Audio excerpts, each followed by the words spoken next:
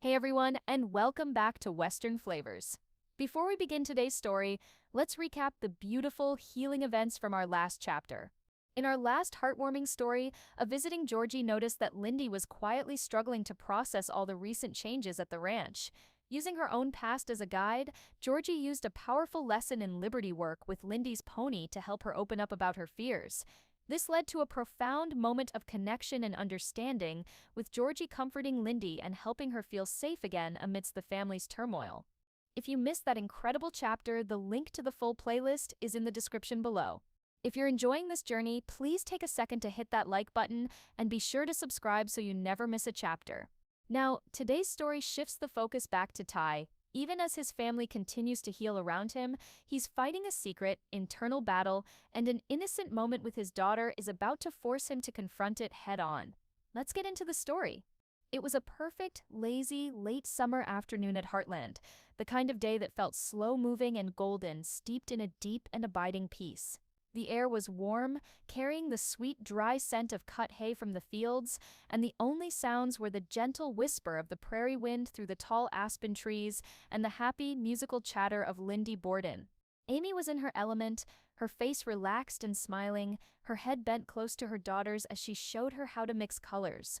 Lindy was a whirlwind of creative energy, her small hands smudged with paint, her tongue sticking out of the corner of her mouth in a mask of intense concentration. It was a perfect idyllic portrait of mother and daughter, a moment of such pure, uncomplicated happiness that it should have filled any observer with a sense of profound joy.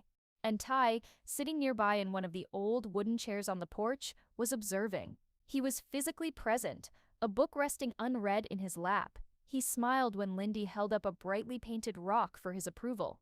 He nodded when Amy made a funny comment.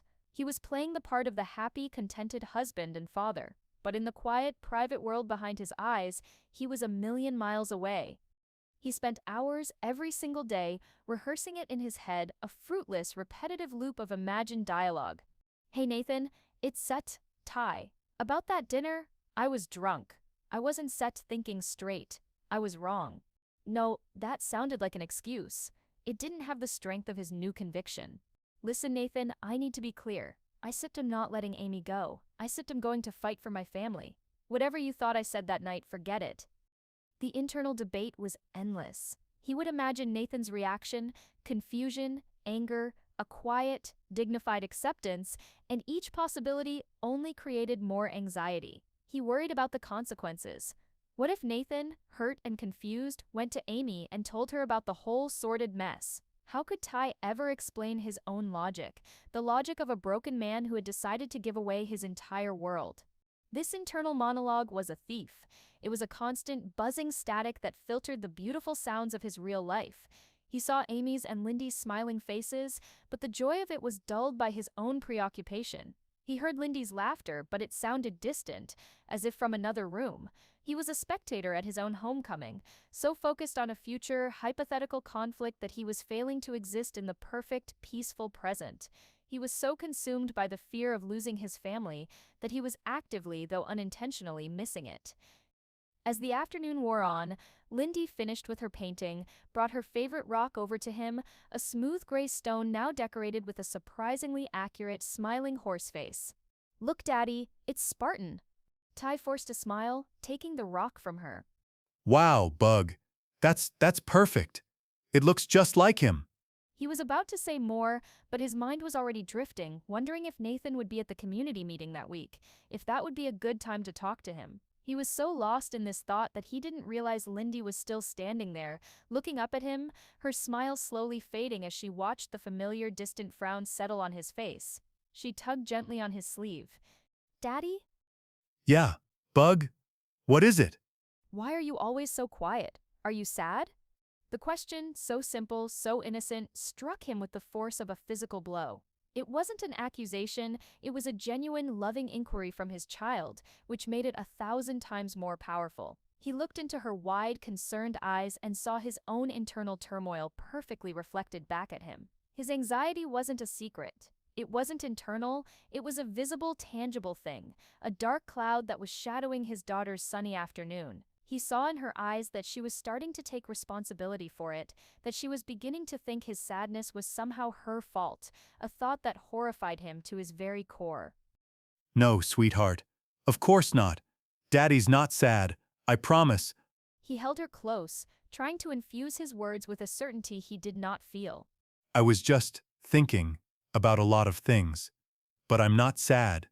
Not when I'm with you. She seemed to accept this, hugging him back before wiggling free to run back to her mother. But Ty was left reeling. Lindy's question was a devastating wake-up call. His obsession with the Nathan problem wasn't just stealing his own joy, it was casting a shadow on his daughter's. He would not allow that to happen. The first and most important fight wasn't with Nathan. It was with the space Nathan occupied in his own head, and it was a fight he had to win. The forced smile Ty gave his daughter felt brittle, fragile, like a thin sheet of ice over a deep, cold chasm. Her hug, so full of innocent, unconditional love, had been both a comfort and a condemnation. He watched her run back to Amy, back to the warm, sun-drenched blanket on the lawn, and he felt a profound and terrifying sense of separation. He was on the outside of their perfect, happy moment, a satellite drifting in a cold, lonely orbit, tethered to them only by a love that he was actively poisoning with his own internal turmoil. I'm just going to check on the horses. The excuse was flimsy, an old, reliable standby for when the complexities of human emotion became too much to bear. Amy just nodded, her smile now tinged with a familiar, weary sadness. She didn't press him. She had learned that pushing him only made him retreat further. She watched him walk away, his shoulders slumped, his stride lacking its usual easy confidence, and her heart ached with a familiar, helpless love. The barn loft was a sanctuary of golden light and profound silence. The late afternoon sun slanted through the high, dusty window, illuminating millions of tiny dust motes dancing in the air like tiny golden stars. The air was thick with the scent of 4 generations of summer hay, a sweet, dry perfume that was the very essence of Heartland. This place was a repository of memories, a silent witness to his entire history. He had sought refuge here as a troubled teenager on probation.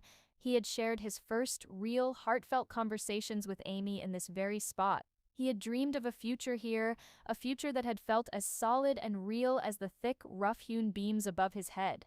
He walked over to the large loft window and looked out. From here he had a perfect, panoramic view of his world. He could see the rolling emerald-green foothills of Alberta stretching out to the horizon, the distant, majestic peaks of the Rocky Mountains a hazy purple promise to the west. He could see the neat, crisscrossing lines of the paddock fences, the horses grazing peacefully in the fields, and he could see the main house, its windows glinting in the sun. He saw them, 2 small, beautiful figures on a blanket under the great oak tree. Amy and Lindy, his family. His whole world. She saw it. His own daughter, the person he wanted to protect above all others, saw the darkness he was carrying. He had thought he was hiding it, that his smiles were convincing, that his participation was enough. But he had been a fool. Children, like horses, don't listen to what you say. They feel what you feel. And his daughter felt his constant, grinding anxiety. She felt his distraction. She felt his sadness. And worse, so much worse, she was beginning to believe she was the cause of it. The realization was a gut punch, knocking the air from his lungs. He had survived 4 years of hell. He had fought his way through a bureaucratic nightmare to prove he was even alive. He had endured the painful reunions, the awkward readjustments, the confrontation with Tim. He had found his way back to Amy's heart. He had done all of that, only to now become the source of a new, quiet poison in his own home. He forced himself to dissect the feeling, to trace it back to its source. The anger was gone. The jealousy had mostly faded, replaced by a sad understanding. What remained was this constant, low-grade, obsessive anxiety, and its name was Nathan. It wasn't even about Nathan the man anymore. It was about Nathan the symbol. Nathan was the symbol of the 4 years he had lost. He was the symbol of the father he hadn't been, the husband he couldn't be. And the unresolved promise, the green flag he had so foolishly, so drunkenly given, was a constant festering wound in the back of his mind. The need to confront him, to undo that mistake, had become an obsession, a mental puzzle he turned over and over in his mind all day, every day, searching for the perfect solution, the right words, the right moment. And while he was lost in this pointless circular internal battle, his real life, the beautiful, miraculous life he had just been given back, was slipping through his fingers. He was missing it. He was missing his daughter's joy, his wife's love, the simple, profound peace of a sunny afternoon at home. He was a prisoner, and the bars of his cage were forged from his own obsessive thoughts. He stood up and walked back to the window. He looked at Amy and Lindy again. He saw Amy lean over and tickle her daughter, saw Lindy's small body erupt in a fit of giggles. The sound was too far away to hear, but he could see it, he could feel it. And in that moment, a new, powerful, and ferocious resolve took root in his soul. No more. The thought was a silent, powerful roar. No more. He would not let the ghost of another man, the ghost of his own past failures, steal one more second of his present. He would not let his own internal chaos become his daughter's burden. I need to stop thinking about Nathan. The decision was a conscious, deliberate act, a switch being flipped in his mind. He realized with a sudden, brilliant clarity that he had been going about it all wrong. He had been so focused on the external problem, the conversation he needed to have with Nathan, that he had completely ignored the internal one. The real problem wasn't Nathan. The real problem was the space Nathan was occupying, rent-free, in his own head. He took a deep, cleansing breath, the scent of the hay filling his lungs. He had to evict him. He had to reclaim his own mental space. He had to find his own center, his own peace. First, the conversation with Nathan would happen when it happened. The weight on his shoulders didn't vanish, but it shifted. It no longer felt like a crushing, impossible burden. It just felt like a task, one of many that he would deal with when the time was right.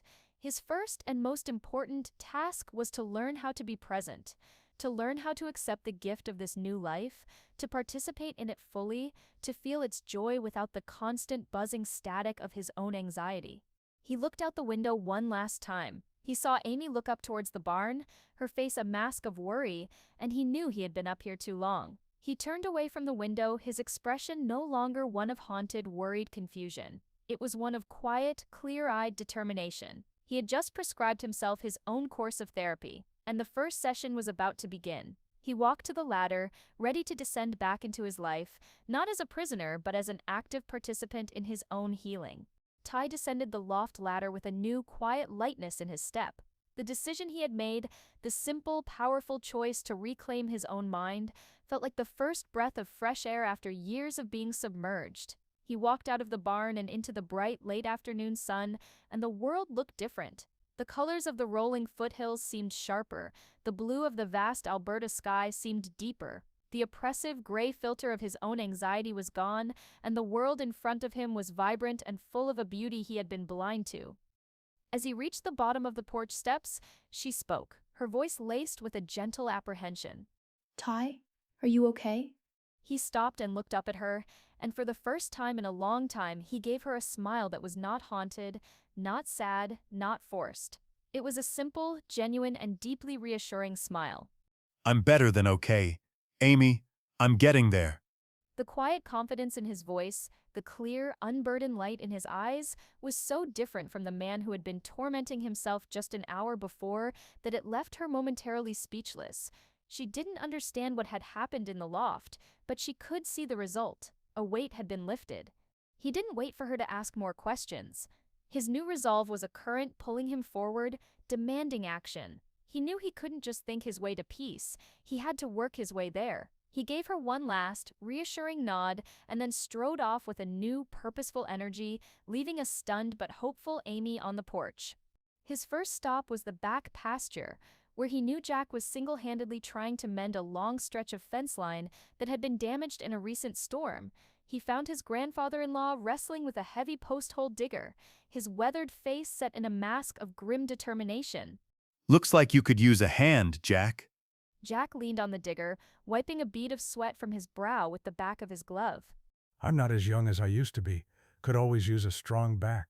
Ty didn't say another word. He picked up the heavy tamping bar, and for the next 3 hours, they worked. They fell into the easy, silent rhythm of two men engaged in hard physical labor. The rhythmic thud of the post driver, the groan of wire being stretched, the scrape of shovels against the rocky soil. It was a symphony of effort. Ty poured every ounce of his pent-up, anxious energy into the work. He focused on the burn in his shoulders, the ache in his back, the feel of the rough wooden posts in his hands.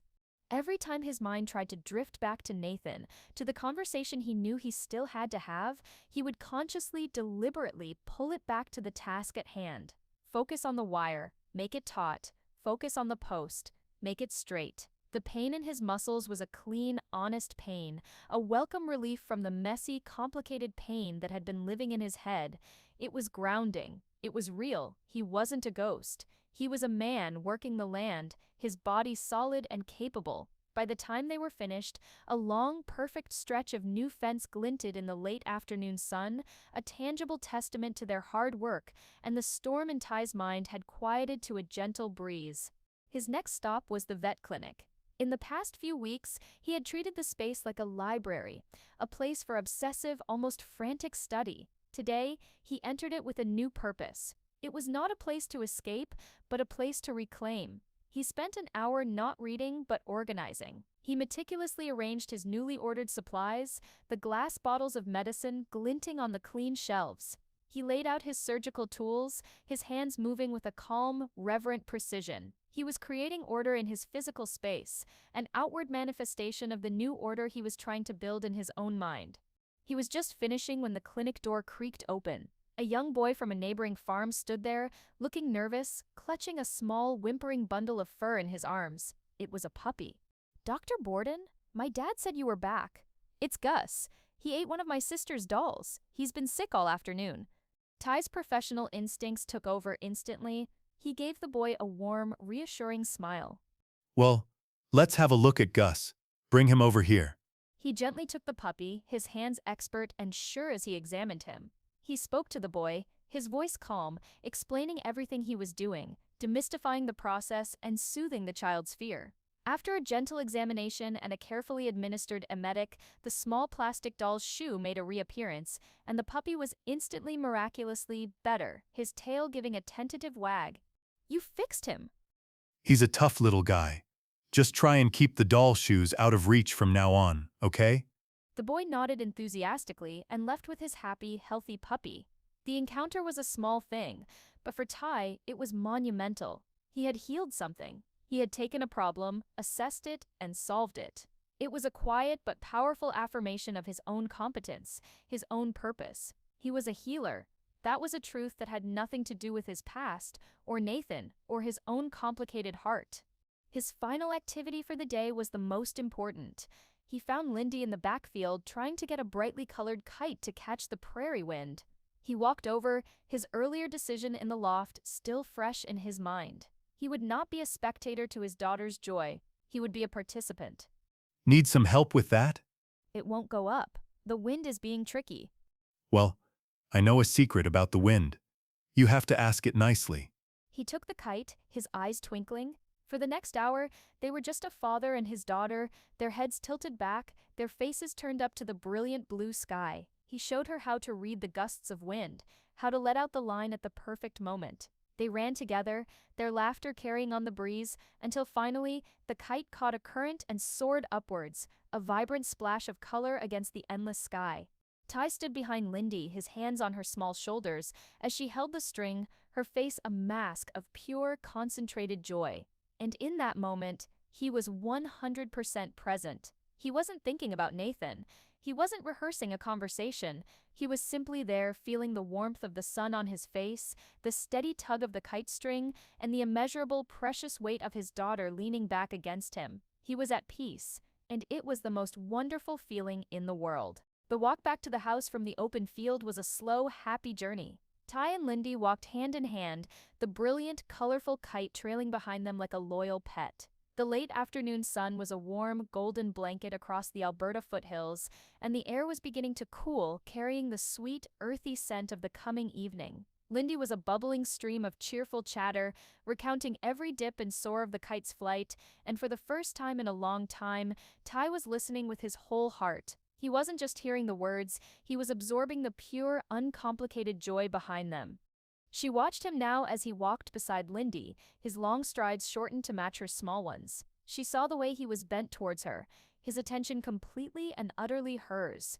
The haunted, distracted frown that had become a near-permanent fixture on his face was gone. In its place was a look of such gentle, present, and unburdened love that it made Amy's own heart feel like it was expanding in her chest. The man walking across the lawn towards her was not the ghost who had been haunting the edges of their life. He was her husband. As they reached the porch, Lindy, still buzzing with the day's excitement, let go of Ty's hand and ran up the steps. "Mommy, did you see? We made it fly all the way to the clouds." I saw, sweetheart. You two were amazing out there. A real team. Lindy gave her a quick hug before darting into the house. Already on to her next adventure, the screen door slammed shut behind her, leaving Ty and Amy alone in the quiet, golden light of the approaching sunset. Ty didn't retreat. He didn't make an excuse to go to the barn. He walked up the steps and came to sit beside her on the porch swing, its familiar, gentle creak a comforting rhythm between them. He was physically tired from the long day of work, but it was a good, clean exhaustion, the kind that left the body weary but the mind clear. He leaned back, a genuine, contented sigh escaping his lips. Amy looked at him, at his relaxed posture, at the quiet, settled peace on his face, and she couldn't hold back the question that was blooming in her heart. You seem different today. Her voice was soft, full of a gentle, hopeful curiosity. Lighter. The frown is gone. He turned to look at her, and the smile he gave her was the first truly, completely unburdened smile she had seen since the day he had returned. It was a smile that reached all the way to his eyes, and it lit them up with the familiar, warm, and loving light she had so desperately missed. I'm working on it. He said simply. The words were an admission, a confession, and a promise all at once. He looked out at the vast, beautiful landscape spreading out before them, at the way the setting sun was turning the distant peaks of the Rockies into jagged silhouettes of purple and gold. I realized something today. I was spending so much time in my own head, worrying about things that haven't happened yet, things I can't control, that I was missing this. He gestured with his head, a small movement that encompassed everything. The beautiful sunset, the quiet peace of the ranch, her. I was missing my own life, and I'm done doing that. The simple, profound honesty of his words was the most hopeful thing she had ever heard. It was an acknowledgement of the wall that had been between them, but it was also a declaration that he was finally actively taking it down brick by brick. So what did you do today? She asked, wanting to understand the catalyst for this incredible, beautiful change. I just worked. He said, a small, self-deprecating smile on his face. I mended a fence. I helped a sick puppy. I flew a kite. And I listened. To Jack. To Lindy. To the wind. I just tried to be here. And it was a good day. It was a really good day. She reached out, her hand finding his, her fingers lacing through his. His hand was warm, calloused from his work, and it held hers with a new, gentle certainty. The last of her own anxiety, the constant, low-level fear that he might slip away from her again, finally blessedly dissolved. They sat in a comfortable, profound silence, their shoulders touching, their hands clasped together, watching as the last brilliant sliver of the sun disappeared behind the mountains. The sky was a breathtaking canvas of orange, pink, and deep indigo, and the first star of the evening began to twinkle in the twilight. In the back of Ty's mind, the thought of Nathan was still there. The difficult conversation was still a thing that needed to happen, but it was no longer a roaring, terrifying monster that consumed his every waking thought. It was just a task, a necessary piece of business to be handled, a loose end to be tied up. It no longer had any power over him. His mind was quiet, his heart was full, and he was sitting on the porch of his home, holding the hand of the woman he loved. For the first time in 4 long, agonizing years, he was completely and utterly at peace.